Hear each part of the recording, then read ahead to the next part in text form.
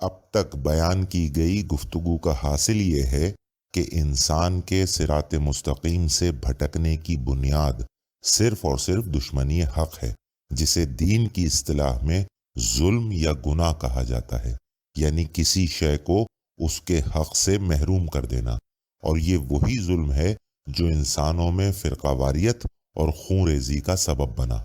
اگر ابلیس ملعون حکم باری تعالیٰ کے سامنے سر جھکا دیتا تو کبھی راندہ درگاہ نہ ہوتا۔ اگر آدم علیہ السلام خدا کی گئی نصیحت کی پاسداری کرتے اور ممنوعہ شجر کا پھل نہ کھاتے تو کبھی جنت سے نہ نکالے جاتے۔ اگر قابیل اللہ رب العزت کے کیے گئے فیصلے کو قبول کر لیتا تو کبھی حابیل سے حسد نہ کرتا۔ اور اگر یہ انسان خالق کے ان احکامات کے سامنے سر تسلیم خم کر دیتا جو اس نے اپنے جملہ انبیاء و مرسلین علیہ السلام کے ذریعے بھیجے، تو آج سوائے دین اسلام کسی اور دین کا کوئی تصور ہی نہ ہوتا۔ بعین ہی اگر مسلمان بعد از رسول خدا صلی اللہ علیہ وآلہ وسلم بحکم قرآن و حدیث اہل بیت علیہ السلام کی اطاعت کرتے تو کبھی 73 فرقوں میں تقسیم نہ ہوتے،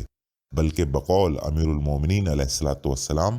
اگر رسول اللہ صلی اللہ علیہ وآلہ وسلم کے انتقال کے بعد امت میری اطاعت اور تابعداری کرتی تو وہ اپنے اوپر آسمان سے اور پاؤں کے نیچے زمین سے روزی حاصل کرتی، یعنی اللہ تعالیٰ کا رزق عام ہوتا اور کبھی بھوک اور قحط نہ ہوتا۔ بھوک اور افلاس میں مبتلا ہونا اہل بیت علیہ السلام کی اطاعت نہ کرنے کا نتیجہ ہے۔ اور جیسا کہ میں نے عرض کیا کہ قرآن و اہل بیت علیہ السلام کی اس حق تلفی کی ابتدا کرنے والے دراصل وہی منافقین تھے کہ جنہوں نے دشمنی دین خدا میں رسول مقبول صلی اللہ علیہ وآلہ وسلم کے بعد سب سے پہلے بدعت علم رجال کی بنیاد ڈال کر قرآن مجید کو انتخاب احادیث سے محروم کر دیا، اور پھر ائمہ علیہ السلام کے بعد یہ بدعت مکتب تشیع میں بھی دخول کر گئی، اور یوں مکتب عامہ کی طرح مکتب تشیع میں بھی من چاہی احادیث کے مطابق عقائد تشکیل دیے جانے لگے۔ بلکہ علماء مکتب تشیع تو ایک قدم اور بھی آگے بڑھ گئے اور انہوں نے اپنی منتخب شدہ احادیث کو قرآن مجید سے افضل ثابت کرنے کے لیے اس مکتب میں عقیدہ قرآن ناطق اور قرآن صامت متعارف کروا دیا، جس کی وضاحت میں نے آپ حضرات کی خدمت میں اپنے گزشتہ بیان میں پیش کی۔ مختصر یہ کہ بشمول مکتب تشیع آج مسلمانوں کے تمام مکاتب فکر کی بنیاد نہ تو قرآن مجید ہے اور نہ ہی احادیث معصومین علیہ السلام، بلکہ یہ مکاتب فکر صرف اور صرف کچھ ناقصین کی آراء پر استوار ہیں۔ جیسا ان ناقصین نے کہا اسی کے مطابق عقائد تشکیل دے لیے گئے، جن احادیث کو انہوں نے صحیح قرار دیا انہیں سینے سے لگا لیا گیا، اور جن احادیث کو انہوں نے بے سند کہہ کر ترک کر دیا انہیں ان کے پیروکاروں نے بھی ٹھکرا دیا۔ حیرت ہے کہ آج صحابہ کے متعلق تو شیعہ حضرات یہ بات بخوبی سمجھتے بھی ہیں اور اکثر و بیشتر اپنے ممبروں سے بیان بھی کرتے ہیں کہ جو کسی صحابی کو برا کہے اس پر بھی خدا کی لعنت، اور جو کسی برے کو صحابی کہے اس پر بھی خدا کی لعنت۔ لیکن افسوس کہ یہی بات احادیث معصومین کے متعلق سمجھنے سے قاصر ہیں، یا یوں کہہ لیجئے کہ سمجھنا ہی نہیں چاہتے کہ جو کوئی احادیث معصومین علیہ السلام کو جھوٹ کہے اس پر بھی خدا کی لعنت، اور جو کسی جھوٹ کو حدیث معصوم کہے اس پر بھی خدا کی لعنت۔ لیکن بہرحال ایک بات میں یہاں واضح کرتا چلوں کہ جب تک بھی سچی یا جھوٹی جیسی بھی احادیث کے مطابق عقائد استوار کیے جاتے رہے، اس وقت تک کم از کم ہر عقیدے کے پیچھے کوئی نہ کوئی حدیث و روایت ضرور ہوا کرتی تھی، چاہے وہ خلاف عقل و قرآن ہی کیوں نہ ہو۔ مطلب مسلمانوں میں یہ احساس ضرور موجود تھا کہ کسی بھی عقیدے کو اس وقت تک ہرگز قبول نہیں کیا جا سکتا جب تک اس کی تصدیق قرآن مجید یا قول معصوم سے نہ ہو جائے، لیکن اس کے بعد جو مظالم دین حقہ پر ڈھائے گئے، انہوں نے احکامات الہی اور تعلیمات اہل بیت علیہ السلام کو سرے سے پسے پشت ڈال دیا۔ ہوا کچھ یوں کہ جب وہ من پسند احادیث و روایات بھی خواہش نفس پر مبنی نت نئی جہالتوں اور بدعتوں پر پردہ ڈالنے کے لیے ناکافی معلوم ہوئیں، تو بالآخر دین اسلام میں کچھ ایسے عقائد متعارف کرائے گئے جنہوں نے دلیل کے معیار کو اتنا گرا دیا کہ اب کسی ناقص کی ذاتی رائے کو نہ تو دلیل عقل و قرآن کی کوئی حاجت باقی رہی اور نہ ہی تصدیق احادیث معصومین علیہ السلام کی، بلکہ ناقصین کی وہ قیاس آرائی بذات خود سب سے بڑی دلیل بن گئی۔ میں بات کر رہا ہوں رائج الوقت عقیدہ اجتہاد کی، جس کی ابتدا علم رجال کی طرح دشمنی اہل بیت علیہ السلام میں مکتب عامہ ہی سے ہوئی، اور پھر وقت گزرنے کے ساتھ ساتھ اس عقیدے نے مکتب تشیع کے بھی ایک بہت بڑے گروہ کو اپنی لپیٹ میں لے لیا۔ لہٰذا آسان الفاظ میں یہ عقیدہ بھی علم رجال کی طرح ایک صریح بدعت اور قرآن مجید اور احادیث معصومین علیہ السلام کی کھلی خلاف ورزی ہوا، کیونکہ احکامات الہی اور تعلیمات معصومین علیہ السلام کے مطابق دین کی بنیاد اور ہدایت کا دار و مدار صرف اور صرف دو ستونوں پر قائم ہے، ایک کتاب الہی اور دوسرا سیرت اہل بیت علیہ السلام۔ اب اس حوالے سے قرآن مجید میں جو آیات مبارکہ موجود ہیں ان کا ذکر تو میں انشاءاللہ کچھ دیر میں آپ حضرات کی خدمت میں پیش کروں گا، لیکن فی الحال اگر اس باب میں احادیث معصومین علیہ السلام پر ایک نگاہ ڈالی جائے تو اس متعلق سب سے بڑا حوالہ حدیث ثقلین کا موجود ہے کہ جس سے زیادہ معتبر اور متواتر حدیث نہ تو کتب اہل سنت میں کوئی موجود ہے اور نہ ہی کتب شیعہ میں، جہاں رسول خدا صلی اللہ علیہ وآلہ وسلم نے اپنی حیات مبارکہ کے آخری ایام میں بالفاظ صاف یہ فرمایا تھا کہ میں تم میں دو گراں قدر چیزیں چھوڑے جا رہا ہوں، ایک کتاب الہی اور دوسرے میرے اہل بیت علیہ السلام، اگر تم ان دونوں سے وابستہ رہو گے تو میرے بعد کبھی گمراہ نہ ہوگے۔ رسالت مآب صلی اللہ علیہ وآلہ وسلم کے یہ الفاظ دلیل ہیں اس حقیقت پر کہ گمراہی سے بچنے کے لیے اس امت کو قرآن مجید اور تعلیمات اہل بیت علیہ السلام کے سوا کسی تیسری چیز کی کوئی ضرورت نہ تو آپ صلی اللہ علیہ وآلہ وسلم کے بعد درکار تھی اور نہ ہی قیامت تک درکار ہو سکتی ہے، ورنہ رسول خدا صلی اللہ علیہ وآلہ وسلم کے ان الفاظ کو حقیقت کا عکاس نہیں کہا جا سکتا، لیکن چونکہ اس عقیدہ اجتہاد کی بنیاد اس مکتب میں ڈالی گئی جس کی اپنی بنیاد دشمنی اہل بیت علیہ السلام پر استوار ہے، لہٰذا اس عقیدے کے تحت کہا یہ گیا کہ جناب ماخذ شریعت دو نہیں بلکہ چار ہیں، یعنی ہدایت کا دار و مدار معاذ اللہ صرف قرآن و اہل بیت علیہ السلام ہی پر نہیں بلکہ اجماع امت اور قیاس عقل پر بھی ہے، اور یوں ناقصین کی آراء کو نہ صرف قرآن اور احادیث معصومین علیہ السلام کے ہم پلہ حجت قرار دیا گیا، بلکہ آگے چل کر آپ پر یہ حقیقت بھی پوری طرح آشکار ہو جائے گی کہ اس عقیدے کے ماننے والے نہ صرف اجماع امت اور قیاس عقل کو قرآن و احادیث سے زیادہ معتبر اور مستند حجت تسلیم کرتے ہیں، بلکہ یہ لوگ قرآن و حدیث کو حجت ہی تسلیم نہیں کرتے۔ مختصر یہ کہ اس ایک عقیدے نے مسلمانوں کو دین اسلام میں ہر طرح کے سیاہ سفید کا مالک بنا دیا،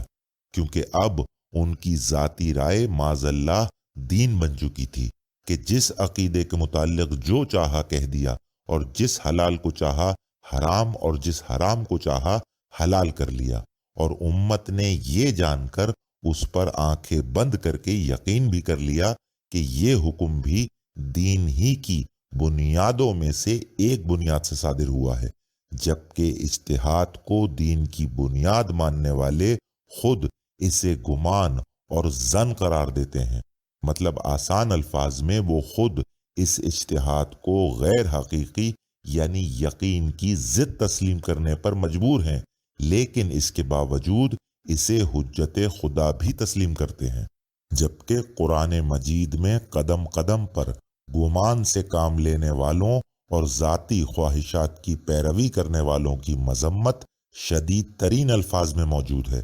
مثال کے طور پر سورہ قصص کی آیت 50 میں ارشاد قدرت ہوتا ہے کہ بسم اللہ الرحمن الرحیم، پھر اگر نہ قبول کریں یہ تمہاری بات تو جان لو کہ صرف یہ پیروی کرتے ہیں اپنی خواہشوں کی، اور کون زیادہ گمراہ ہوگا اس سے جو پیچھے چلے اپنی خواہش کے، چھوڑ کر اللہ کی ہدایت کو۔ بے شک اللہ ہدایت نہیں دیتا ظالم لوگوں کو۔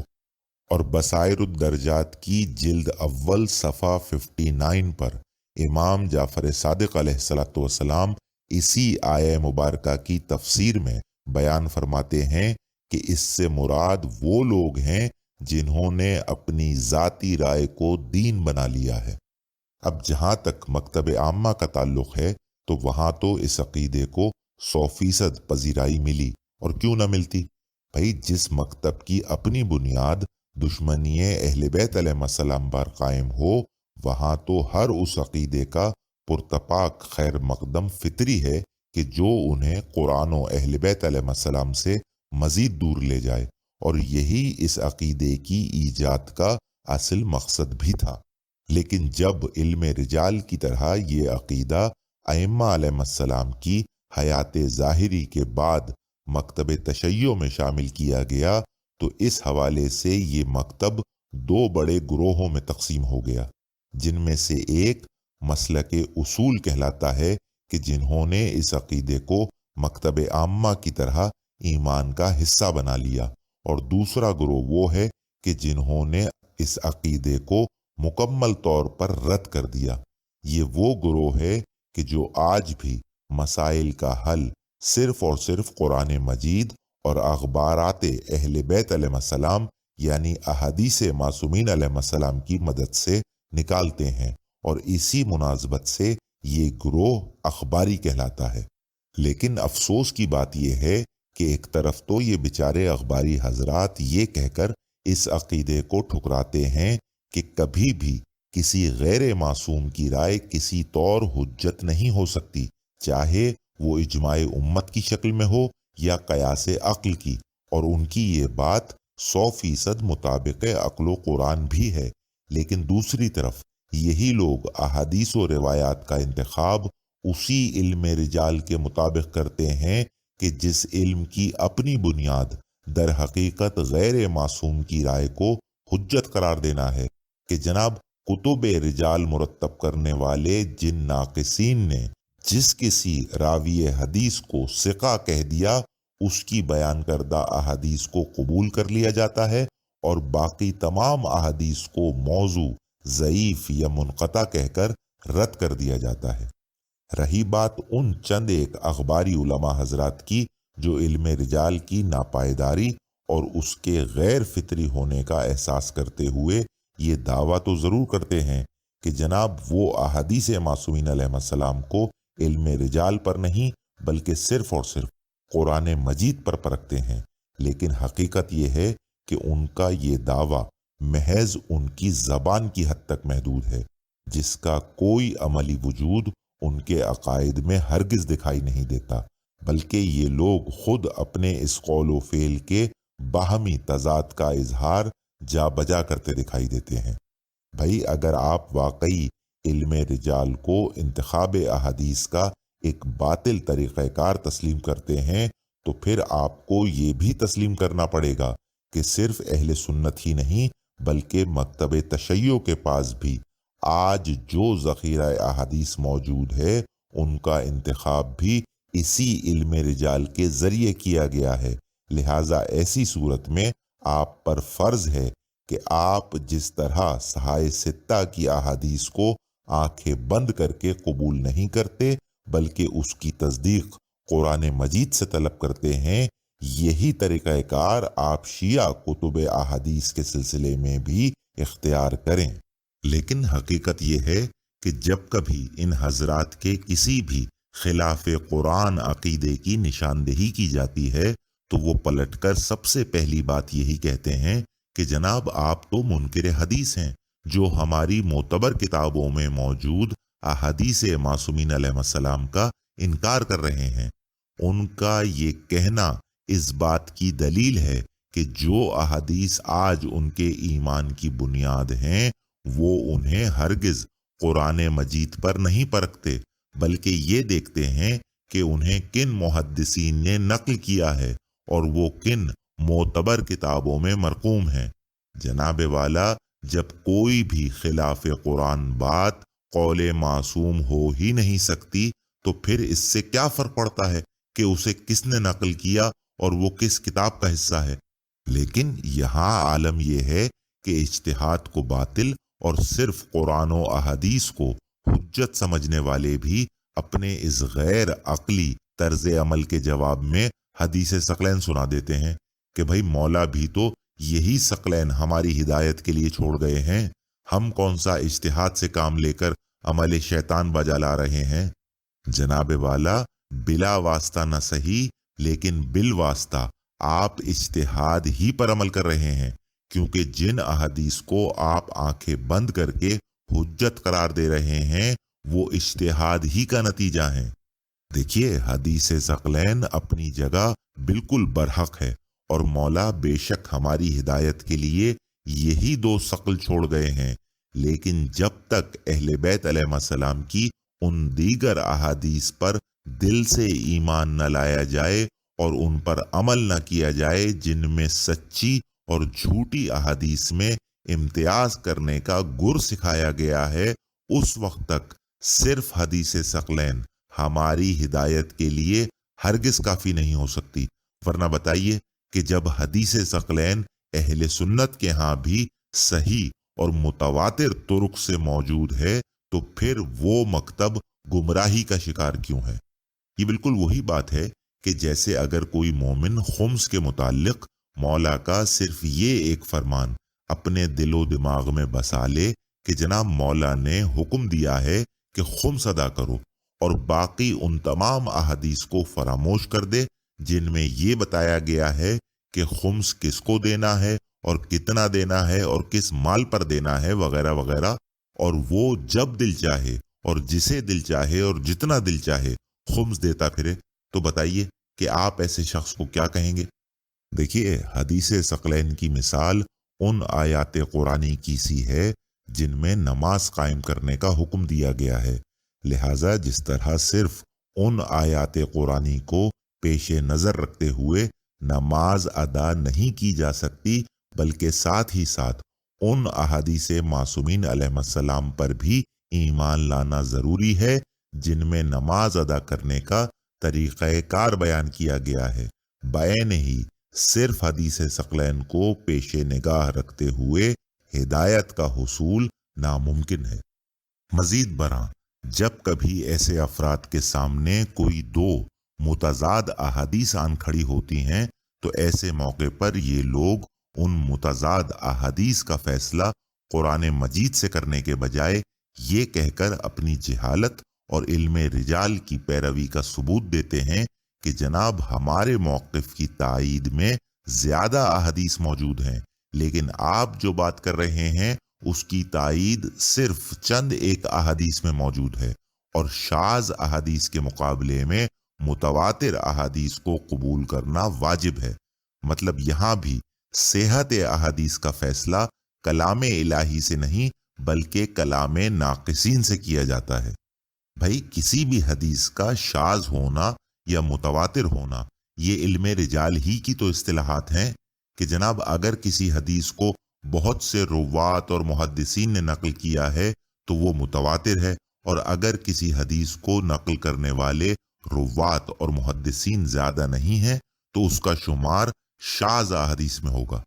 اور پھر اپنی اس بے تکی منطق کے حق میں یہ لوگ ایک شاذ فرمان معصوم بھی پیش کر دیتے ہیں کہ جناب مولا نے فرمایا ہے کہ جب کبھی تمہارے سامنے کوئی دو متضاد احادیث پیش کی جائیں تو ان میں سے اسے قبول کرو جسے زیادہ لوگوں نے روایت کیا ہے۔ لیکن افسوس کہ عقل کے ان اندھوں کو کتب احادیث میں وہ سینکڑوں فرمان معصومین علیہ السلام سجھائی نہیں دیتے جہاں معصومین علیہ السلام نے اختلاف احادیث کا فیصلہ صرف قرآن مجید سے کرنے کا حکم دیا ہے۔ اصول کافی میں ایک مقام پر راوی کہتا ہے کہ میں نے حضرت امام جعفر صادق علیہ السلام سے پوچھا اختلاف احادیث کے بارے میں کہ جن کو ایسے لوگ بیان کرتے ہیں جن پر آپ علیہ السلام کا اعتماد ہے تو اس صورت میں کیا ہو؟ مولا نے جواب دیا کہ اگر اس حدیث کی تصدیق کتاب خدا یا قول رسول صلی اللہ علیہ وآلہ وسلم سے ہوتی ہے تو اسے لے لو، ورنہ اس کو رد کر دو۔ دیکھیے، میرے کہنے کا مقصد یہ ہے کہ جھوٹ جھوٹ ہوتا ہے، چاہے اس کے پیچھے پوری دنیا ہی کیوں نہ کھڑی ہو، اور سچ سچ ہوتا ہے چاہے اس کا کہنے والا تنہا ہی کیوں نہ ہو۔ لہٰذا اگر آپ واقعی علم رجال کو غیر فطری اور ایک باطل طریقہ کار تسلیم کرتے ہیں تو آپ کو اس بات کی کوئی پرواہ نہیں ہونی چاہیے کہ کوئی بھی حدیث کتنے راویوں نے بیان کی اور وہ کن کن معتبر کتابوں میں موجود ہے، بلکہ آپ کو اس معاملے میں صرف وہی ایک طریقہ کار اختیار کرنا چاہیے جو معصومین علیہ السلام آپ کو دے گئے ہیں کہ ان کی احادیث کو قرآن مجید پر پرکھیے۔ جو حدیث مطابق قرآن ہو اسے قبول کیجیے اور جو حدیث خلاف قرآن ہو اسے رد کر دیجیے۔ بہرحال بات ہو رہی تھی اجتہاد کی۔ اب جہاں تک مسلک اصول کا تعلق ہے کہ جنہوں نے اجتہاد کو عین ایمان جانا، تو چونکہ اجتہاد سے کام لینے والے کو مجتہد کہا جاتا ہے، اور دینی اصطلاح میں فقہی مسائل سے مراد ان مسائل کو لیا جاتا ہے کہ جن کا کوئی حل بظاہر قرآن و احادیث میں موجود نہ ہو اور ان کے لیے مزید تبع آزمائی کی جائے۔ لہٰذا یہاں اجتہاد سے کام لے کر فقہی مسائل کا حل نکالنے کو اصول علم فقہ کا نام دیا گیا، اور یوں اسی مناسبت سے اس مسلک کو اصولی مسلک اور مجتہدین کو فقہا بھی کہا جانے لگا، جبکہ آگے چل کر آپ دیکھیں گے کہ فقیہ سے مراد وہ لوگ ہوتے ہیں جو مسائل کا حل بصورت احادیث معصومین علیہ السلام بیان کرتے ہوں، یعنی محدثین، نہ کہ مجتہدین حضرات کہ جن کا نقل احادیث سے دور دور کا کوئی تعلق نہیں ہوتا۔ بہرحال اب اس نئے عقیدہ اجتہاد کو عوام میں منزل قبولیت پر فائز کرنے کی راہ میں دو بڑی مشکلات کا سامنا تھا۔